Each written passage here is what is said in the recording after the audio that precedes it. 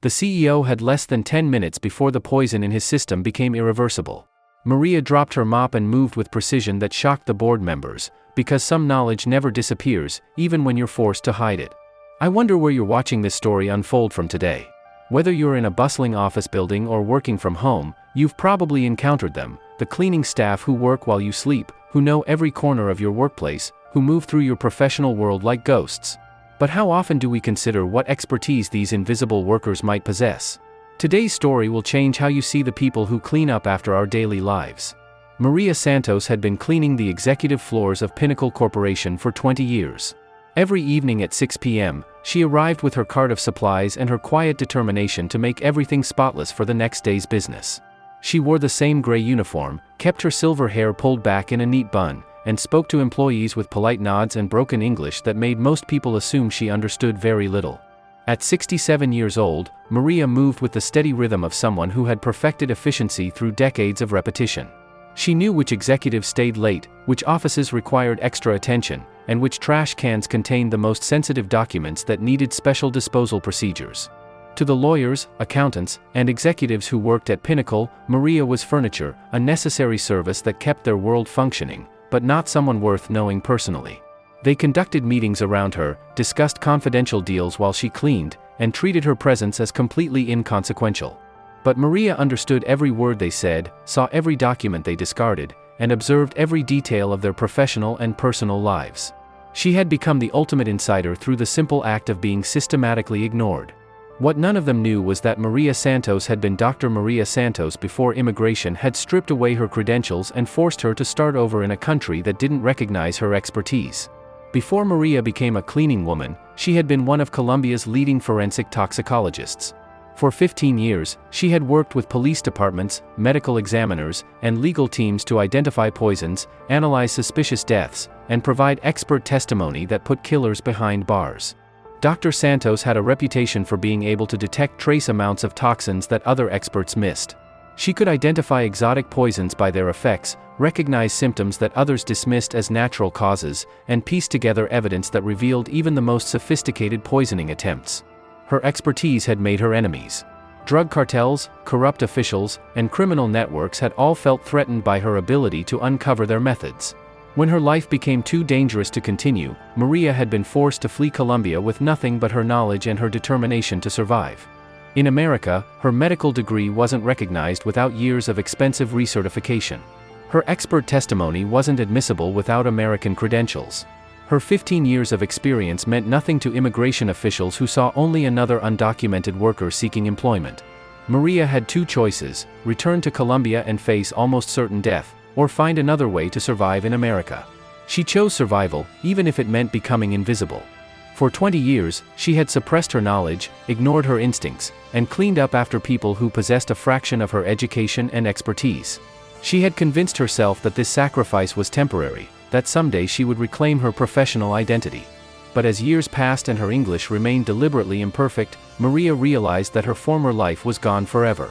Dr. Santos had died at the immigration office, and Maria Santos, the cleaning woman, had been born to take her place. Until tonight, when her buried expertise became the only thing standing between life and death. Tuesday evening began like any other for Maria. She entered Pinnacle Corporation's executive suite with her master key, wheeled her cart to the storage closet, and began her systematic cleaning routine that had remained unchanged for 2 decades. The 40th floor housed the company's senior leadership, CEO Richard Blackwell, Chief Financial Officer Janet Morrison, and 6 vice presidents who managed Pinnacle's various divisions. By 8 p.m., most of them had gone home to their suburban mansions and weekend plans. But tonight, CEO Blackwell was still in his corner office, conducting a video conference with investors in London. Maria could hear his voice through the thick mahogany door as she cleaned the reception area outside his suite. Maria had always been careful to remain invisible during executive meetings. She timed her cleaning to avoid interrupting important calls, used quieter equipment when conversations were in progress, and perfected the art of working around powerful people without drawing attention. She noticed that Blackwell's assistant had left his evening coffee on the reception desk, a ceramic mug with the company logo that contained what appeared to be regular black coffee. Maria had seen this routine hundreds of times. Blackwell's assistant always prepared his evening coffee before leaving, positioning it where he would find it during breaks in his late-night calls. But tonight, something was different. As Maria dusted the reception area, she caught a scent that made her freeze mid-motion. It was faint, almost imperceptible beneath the coffee's aroma, but unmistakable to someone with her background. Bitter almonds.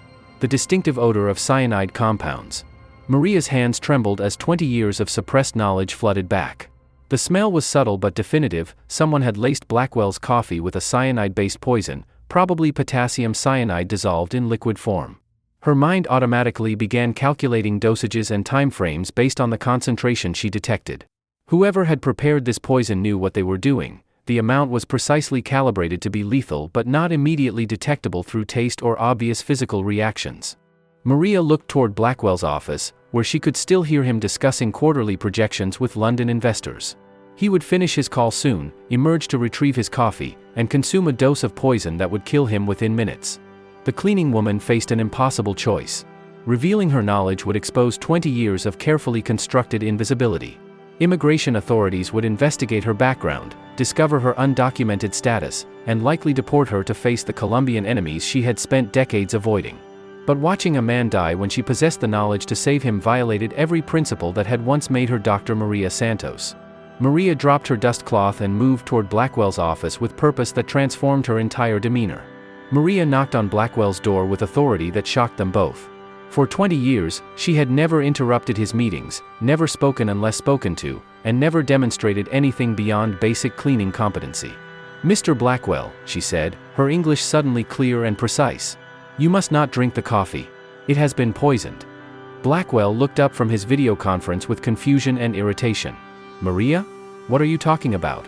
I'm in the middle of an important call." "Sir, I am serious. Someone has put cyanide in your evening coffee. You will die if you drink it."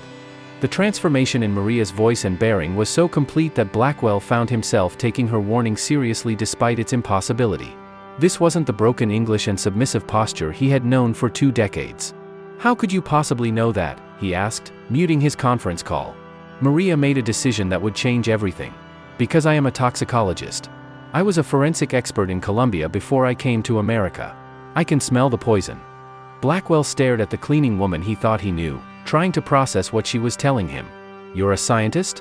"I was. I had to hide my background to stay safe, to stay in this country. But I recognize the smell of cyanide compounds. Someone wants you dead, and they have used a poison that will kill you in less than 10 minutes after consumption." Blackwell looked at the coffee mug sitting on his desk, the same evening ritual he had followed for years. "Are you absolutely certain?" Maria approached the mug and inhaled carefully. Potassium cyanide, dissolved in liquid. The concentration is high enough to be fatal within 5 to 8 minutes. Whoever did this has chemical knowledge and access to restricted compounds. The certainty in her voice and the technical precision of her explanation convinced Blackwell that she was telling the truth. He immediately called security and instructed them to seal the building while police were contacted. Within 20 minutes, the executive floor was swarming with FBI agents, hazmat specialists, and forensic technicians who treated the coffee mug like the murder weapon it was intended to be. FBI agent Sarah Martinez arrived to find Maria Santos providing technical testimony that demonstrated expertise far beyond what anyone expected from a cleaning woman. Maria described the poison's characteristics, explained detection methods, and offered insights that impressed federal investigators. "Mrs. Santos," Agent Martinez said, "your knowledge of toxicology is remarkably detailed. Can you tell us about your background?" Maria realized that her 20-year cover was over. "I was Dr. Maria Santos, forensic toxicologist for the Colombian National Police. I specialized in poison identification and murder investigations until my life became too dangerous to continue." Agent Martinez checked her notes. "We'll need to verify your credentials, but your analysis matches our preliminary tests. The coffee contained enough potassium cyanide to kill 3 people." The investigation moved quickly once Maria's expertise was established.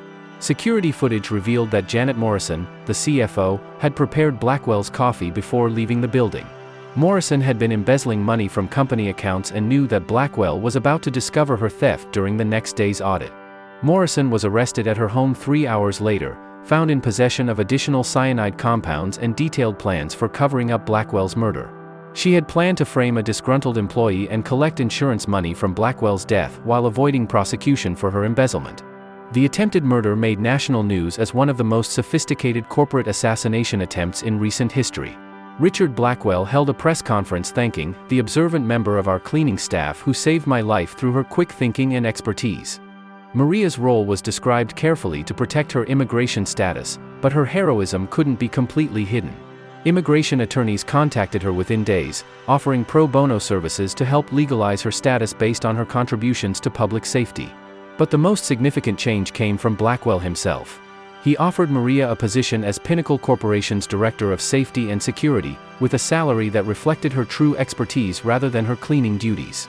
"Maria," he said during their private meeting, "I spent 20 years ignoring someone whose knowledge could have been invaluable to this company. I don't want to make that mistake again." Maria faced a choice she hadn't imagined possible after 2 decades of invisibility. She could reclaim her professional identity, pursue American certification of her credentials, and return to the forensic work she had loved. But she could also remain in the shadows, continuing to protect her safety through anonymity while using her position to help others who faced similar circumstances. Maria chose a third option.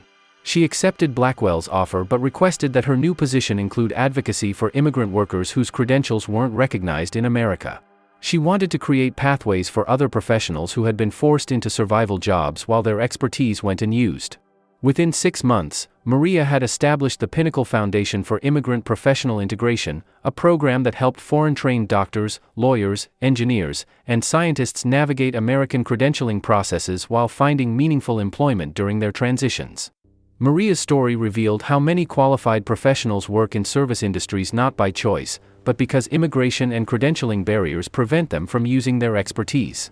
Her foundation identified dozens of cases within Pinnacle's own workforce: janitors who had been surgeons, security guards who had been lawyers, and food service workers who had been teachers. The program began partnering with universities and certification boards to create faster, more affordable pathways for foreign-trained professionals to demonstrate their competencies. Within 2 years, over 200 people had transitioned from service jobs to professional careers through Maria's advocacy. But perhaps more importantly, Maria's story changed how Pinnacle's executives viewed their entire workforce. The realization that they had been employing unrecognized experts in maintenance and service roles led to comprehensive reviews of employee backgrounds and capabilities. Maria Santos was eventually honored by the American Chemical Society for her contributions to forensic toxicology and her advocacy for immigrant professionals. The woman who had spent 20 years being invisible received awards from law enforcement agencies, immigrant rights organizations, and professional associations. But Maria valued most the letters she received from other immigrants who had found courage to reveal their hidden expertise. Teachers working as house cleaners, doctors working as taxi drivers, and engineers working as dishwashers began advocating for themselves after hearing Maria's story. "You showed us that hiding our knowledge doesn't protect us," wrote Dr. Ahmad Hassan, a Syrian physician who had been working as a hospital janitor. "Sometimes our expertise is exactly what the world needs, even when it seems safer to keep it buried."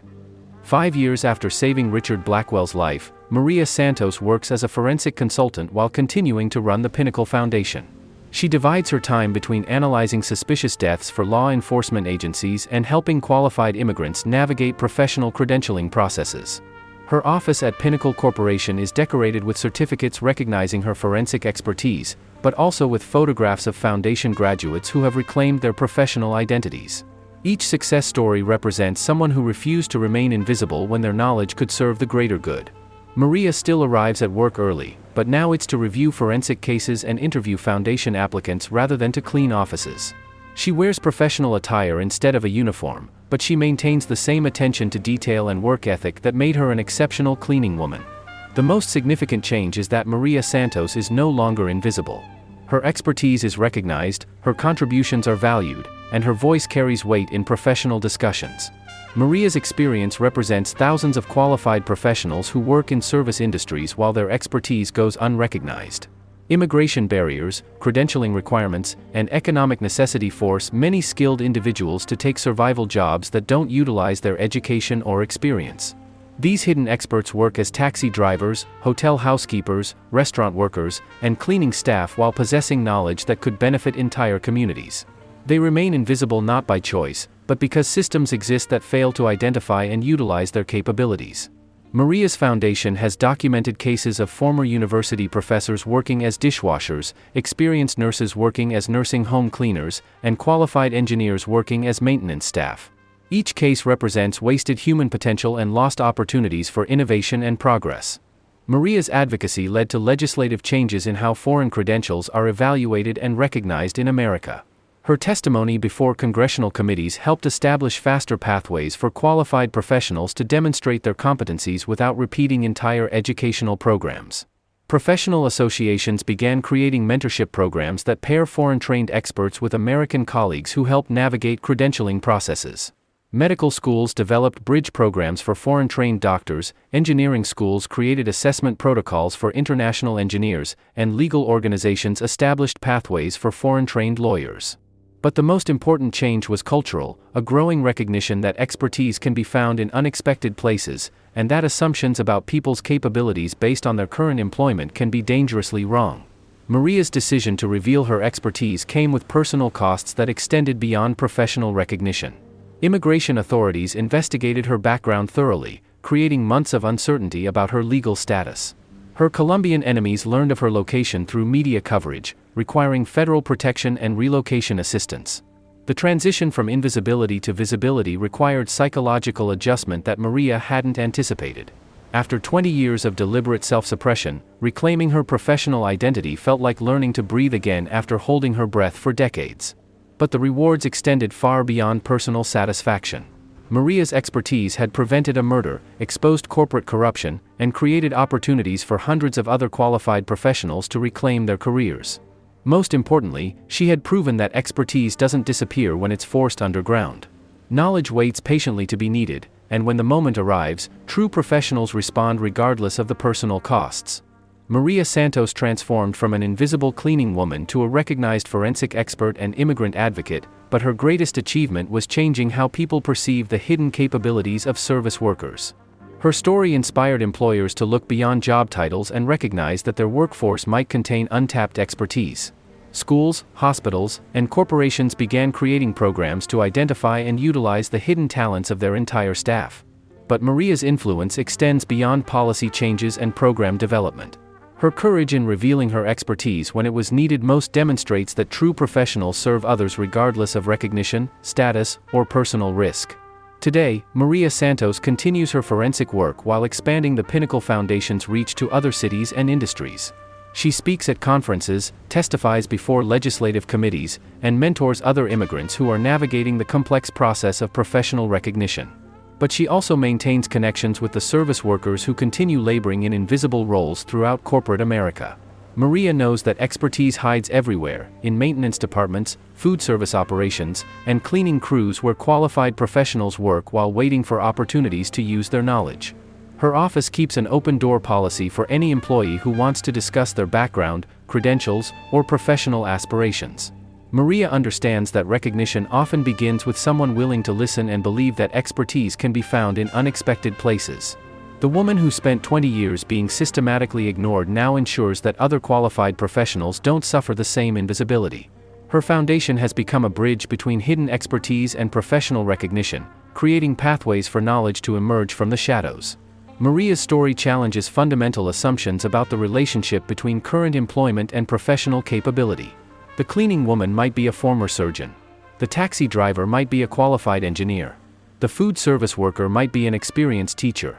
These individuals don't choose invisibility, they're forced into it by systems that fail to recognize their qualifications, by economic necessity that requires immediate employment, and by immigration barriers that prevent credential recognition. But expertise doesn't disappear when it's forced underground. Knowledge waits patiently to be needed, and when critical moments arrive, true professionals respond with the skills and dedication that define their true identities. Maria Santos saved Richard Blackwell's life not because she was a cleaning woman who got lucky, but because she was a forensic toxicologist who had been temporarily disguised as a cleaning woman. Her expertise had been there all along, waiting for the moment when hiding it would mean letting someone die. Where are you watching this story from today? Look around at the people who serve you daily, the workers who clean your offices, serve your food, maintain your buildings, and provide the services that keep your world functioning. Behind their uniforms and job titles might be expertise that would astonish you, knowledge that could save lives, and capabilities that are being wasted because we've learned to see roles instead of people. Maria Santos spent 20 years being invisible because immigration had stripped away her credentials and forced her to start over. But her knowledge remained intact, her expertise stayed sharp, and when the moment came, she chose to save a life rather than protect her cover.